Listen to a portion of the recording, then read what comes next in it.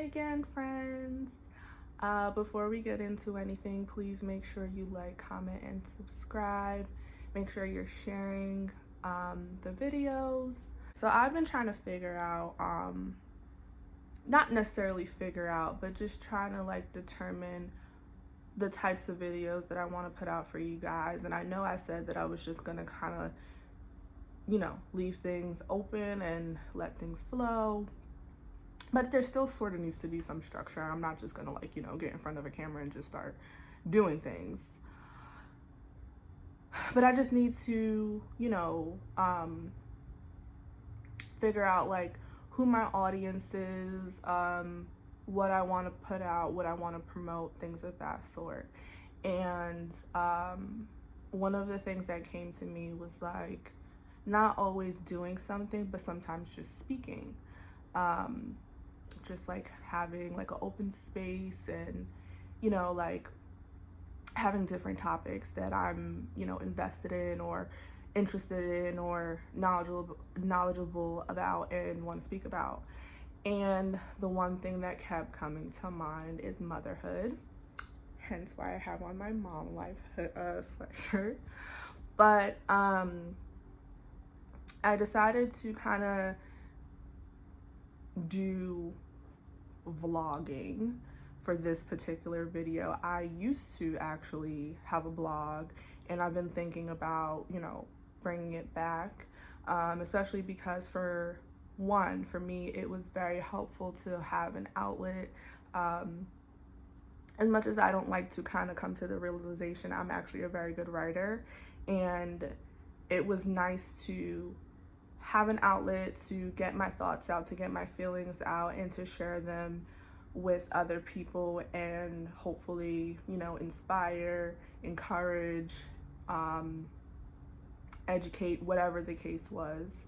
So I'm thinking about getting back into the writing side of things, but I really, really wanted to come today and talk to you guys about motherhood and the misconceptions of motherhood and the many, many good things of motherhood, just motherhood in general, because I feel like it is a topic that is highly, highly, highly misunderstood. I'm sure I've mentioned before, me being a mom, yes, it was always something on the agenda. No, it was not something that was supposed to happen right now. It wasn't supposed to happen for like another few years. Honestly, I thought that out of my friend group, out of my I don't have a lot of family like within my age bracket, but I thought I was probably going to be the last one. So starting from the beginning, when I found out that I was pregnant, I actually knew. There wasn't like, it was too early for me to have any sort of symptoms. I knew in my heart of hearts that I was pregnant. And still, when I took 2 tests. Well, I took earlier in the week, I think it was like a Monday, I felt really sick. And because I had speculations, it made me nervous. But I also knew it was too early for me to be feeling anything. So it kind of was maybe just like a mind thing.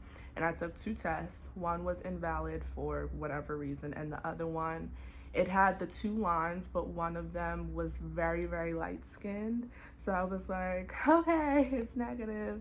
And then later in the week, I think maybe the following Sunday, I was supposed to have my period and it didn't come, and I took 2 more tests and both of them were positive.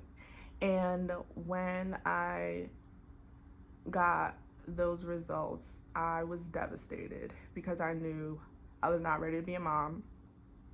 I knew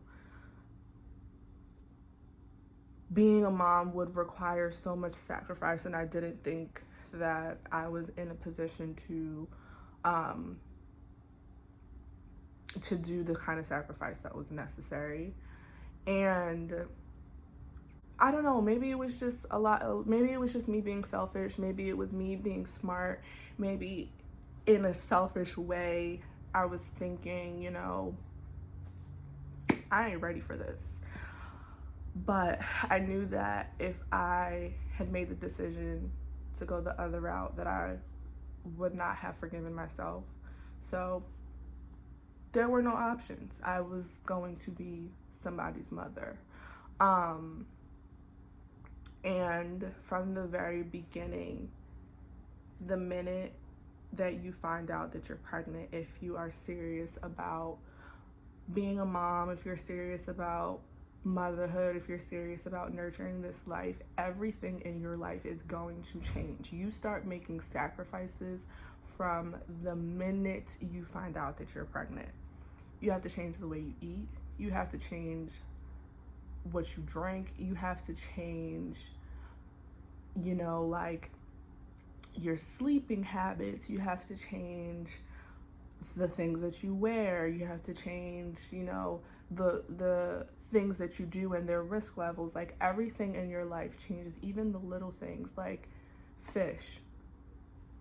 You have to be very particular about what it is that you're putting in your body, because there are certain things that you're not supposed to put into your body for the sake of your baby. So all of that to say that from the beginning of being a mom, you have to sacrifice. And I think a lot of people don't think about the amount of sacrifice that goes into it, not even just, in the womb, but after the fact. Like, for someone like me who loves to travel, I haven't been able to. Well, obviously because of COVID, but also because I have to be planned for. I have to make sure that if I'm going to do something, there is someone to watch my child. And even if there is someone to watch my child, I can't, I would feel guilty taking like a week or 2 week long vacation when someone's watching my kid. Like, that's not the type of person that I am. So the amount of sacrifice that goes into it, like, yes, it's a given, like your life changes, but it's like, okay, so what in your life is going to change? You can't just get up and go when you want. You can't sleep in anymore. You can't like hang out with your friends as much. And people don't really understand, like, very surface level they do, but just because your life is changing doesn't mean that other people's lives are changing. Like, yes, it's going to change, but it's not changing in the capacity and in the speed that yours is. So, you might have people who are so excited for this baby and love this baby and, want to be a part of this new life of yours, but they don't understand the new life of yours. So just sacrifice all around. It's not an easy task. Nothing about it is easy. But that doesn't mean it's not a beautiful thing. Being a mom, to me, is one of the greatest things that I could have ever done. And I know I still have a lifetime to go, but I love my baby. I really enjoy the bond that we have, even though sometimes she prefers her father over me, and it makes me so jealous. Like right now with us being separated and me FaceTiming her, if there are people around her, she doesn't want to talk to me, and it hurts my feelings. But she's a kid, like, she, whatever. But it's not an easy thing, and usually there really isn't much preparation that you can do other than financial. Everything else, you just kind of have to go out and just learn as you go. It's on a whim. Like, you can think that you're in a great place mentally, and all of that changes. I honestly I had such an amazing pregnancy. I cannot be more grateful to God for the pregnancy that I had. I had no symptoms. The only thing that I can think that's like, yes, that is due to my pregnancy, was that my back was literally on fire. The closer I got to the end, the more that my back burned. I probably had heartburn once or twice. I was never nauseous, no morning sickness, no like really bad cramps, no bleeding, nothing. Like, perfect little angel baby. But after I had her, and it's because of the extra hormones in your body and all that stuff, like everything was out of whack. A lot of it was probably attributed to the fact that I wasn't sleeping, but it was really hard for me to be okay mentally. Um and that's okay. You don't have to be perfect. You're not going to learn this stuff overnight. Everything that you learn in motherhood is going to be through experience. And that's a nice little intro for what I'm about to say next. Unsolicited advice, don't do it. I try my hardest not to do it with new moms or, friends of mine that are having babies, but don't do it. Don't be that person. Don't do it. No one cares about what you had to do when you were pregnant, or the way that things have changed. Like, everyone's experience is different, and it may sound harsh, and part of me apologizes, but the other part of me doesn't, because unsolicited advice when it comes to motherhood and pregnancy and raising your kids, whatever it is, it has a way of making people feel bad for what they're doing in their lives and in the way that, they choose to, carry on in their pregnancy, or they choose to raise their kid. I didn't ask, okay? There were so many times where people were giving unsolicited opinions, and I wanted to say, I didn't ask, or I don't care, or stop talking. And I didn't, because that's terribly rude. But just know that, because, especially for a first time mom, it's a very scary experience. It's very new. You obviously have no clue what is going on. Something about unsolicited advice kind of gets the blood going.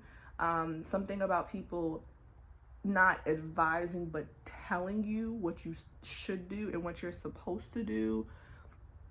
Listen, there are ways to lend a helping hand, and there are ways to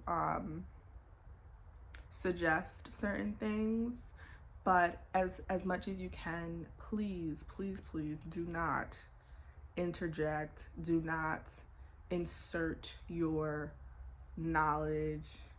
It's all different. Stop. Stop. Stop telling people what to do. Stop telling people how to raise their kids. Stop. Just stop it. Thank you. Mental health isn't something that is talked about at all, often enough. And mental health with moms, mental health in Black women, it's something that's just almost like non-existent, and it's something that we need to start talking about, because postpartum is a real thing. Postpartum is a real thing.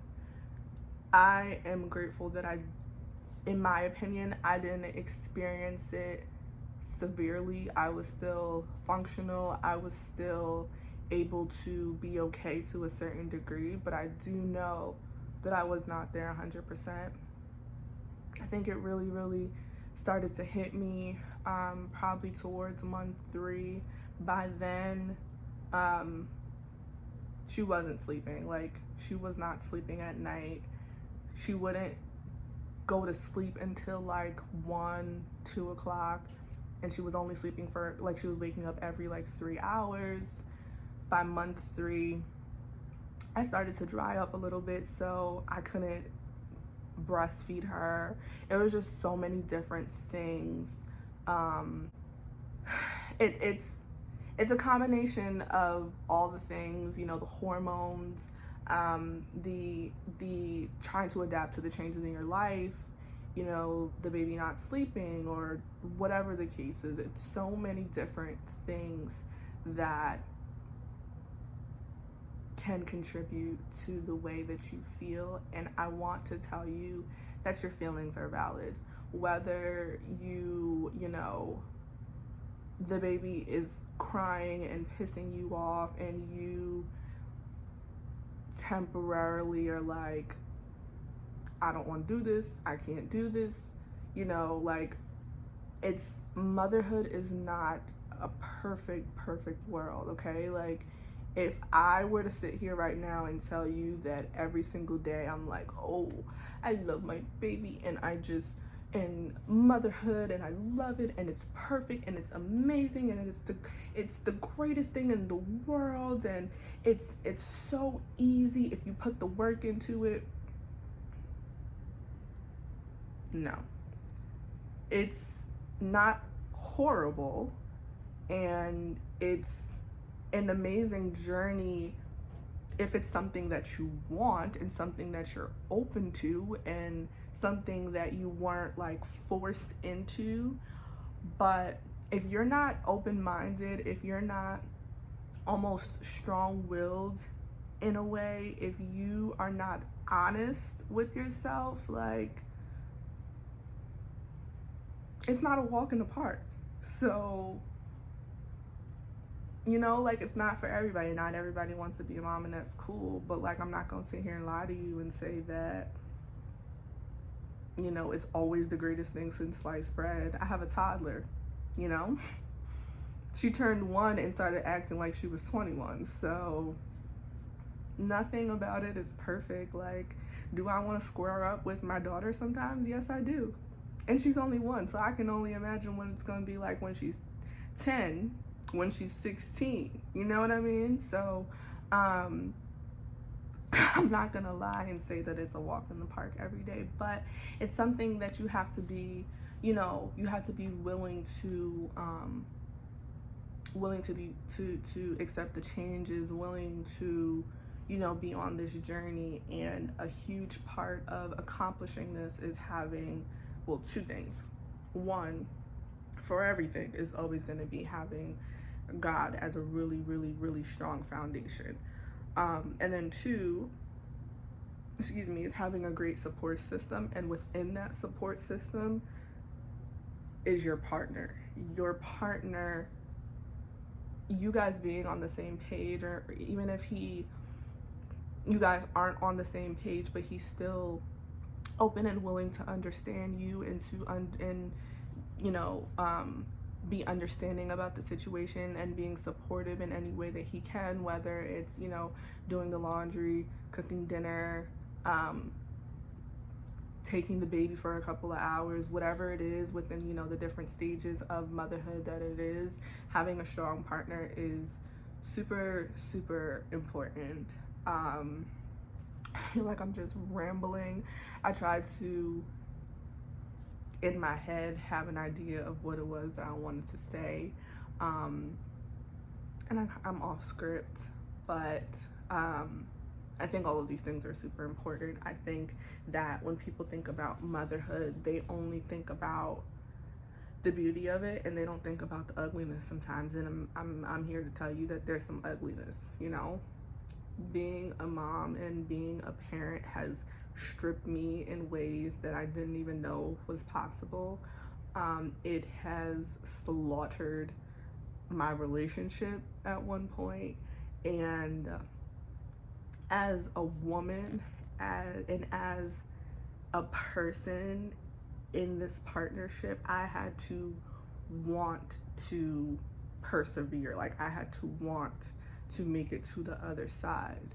And it was nothing to do with, you know, Kalia personally. It was just change.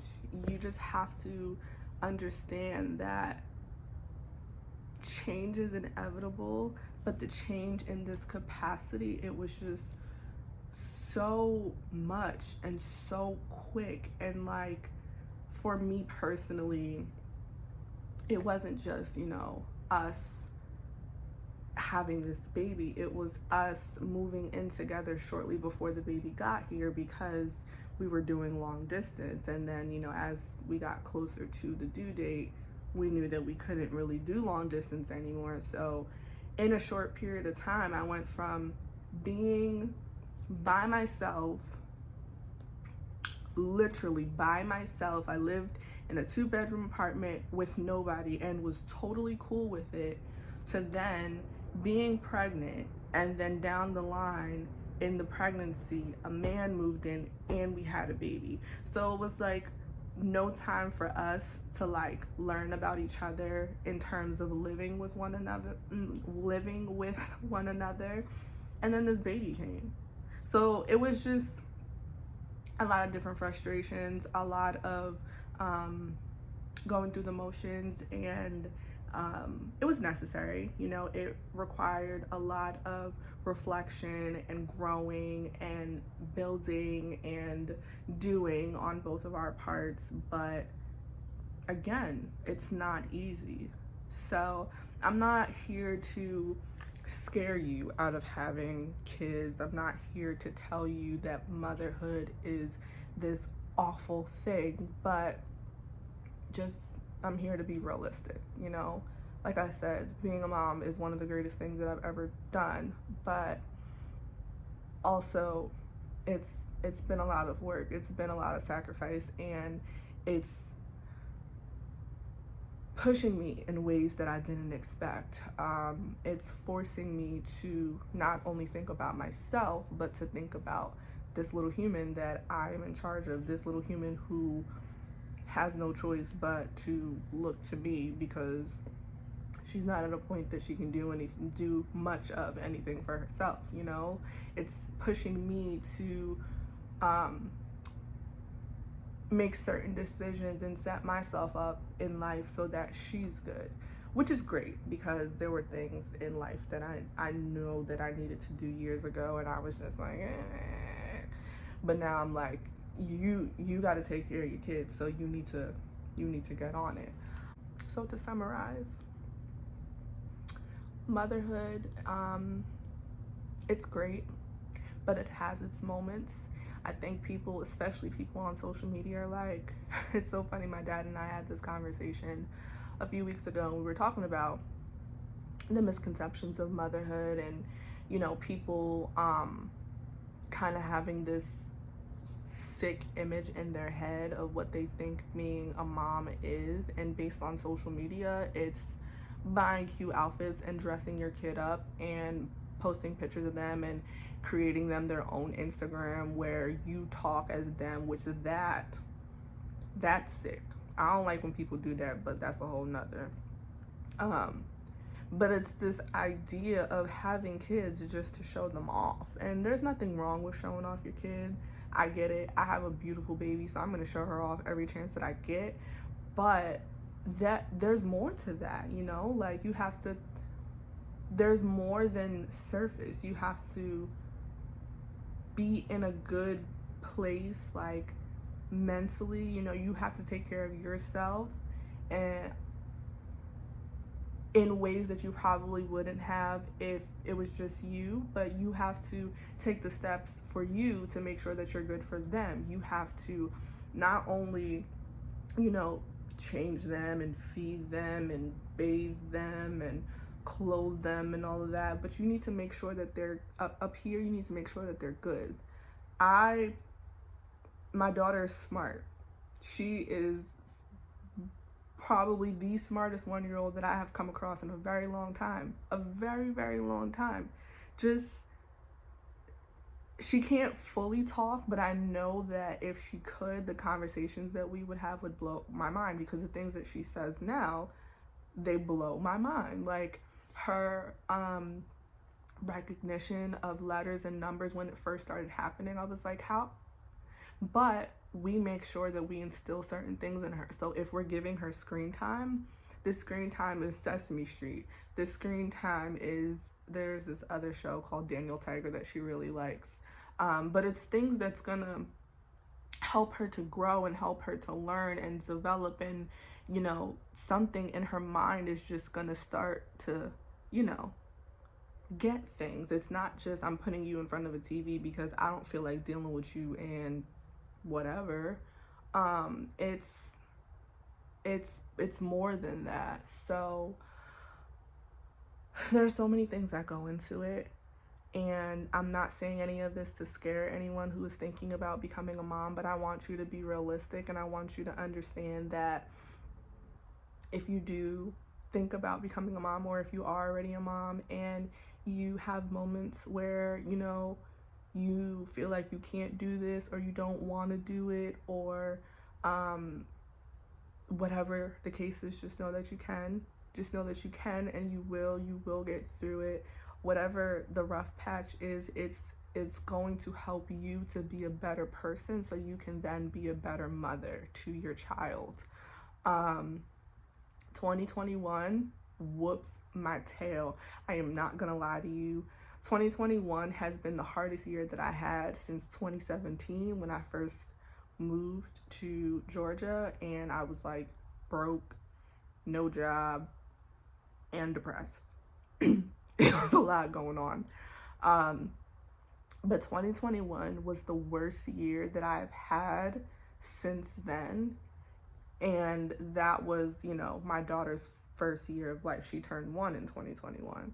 So it wasn't just, going through the motions with becoming a mom. Like I said, it was going through the motions of living with someone else other than me. And, it wasn't just living with someone because I've lived with someone before. It was living with my partner. It was the baby. It was coming home and someone always being here. And then, finances. I just had such a horrible year financially in 2021. Still trying to recover from it. But so many things happened last year, but I made sure that my baby was not touched and not affected by it to the best of my ability. So you have to make sure that, all of this is good enough to handle all of that. And, like I said, if you feel like you can't do it, reach out for help, whether that help be a medical professional, whether that help be, someone in your support system who doesn't mind watching your baby for a few hours, or if you trust them that much or are okay with it, and you're not one of those people that have separation anxiety with the baby, letting someone watch your kid overnight. Just give yourself moments, give yourself time. One of the best things that I did when Kalia was first born, and I know it was like 2 months into her life and everyone had something to say about it, but I didn't care. For Christmas, I booked a hotel room for Quasi and I. That was my gift for us. That was the first time that we were away from the baby. Yeah, I think that was the first time that we ever, yeah, because she was still, at the time I was nervous about making the plan because she still wasn't fully sleeping through the night and I didn't want to, dump that on anyone. But yeah, I booked a hotel room for us that night and we got to be adults. We got to live our lives without, worrying about a baby. I mean, of course, it was the first time without her, so we were still thinking about her. But my point is, we got to live our lives without the kid, even if it was for a few hours. We got to sleep in. We didn't have to wake up to a baby crying. So, give yourself time and give yourself space and opportunities to still focus on yourself and not just the baby. Your life isn't just your kid. If your life becomes just your kid, it's really gonna mess you up. And it may not happen soon, but far down the line, when your kid starts to grow up and your kid starts to develop their own personality and have their own friends and, want to do things outside of the house and not want to be around mom or dad or whoever the case is, it's really going to mess you up. So please, please, please make sure you have a life outside of your kid.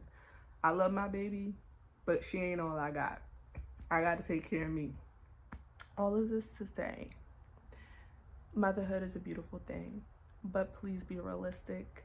Um, if you aren't ready, if you are not okay, please, do the things that you need to do to take care of yourself before you decide to add a baby to the mix. Because even things like juggling a job and being a mom, that's not easy.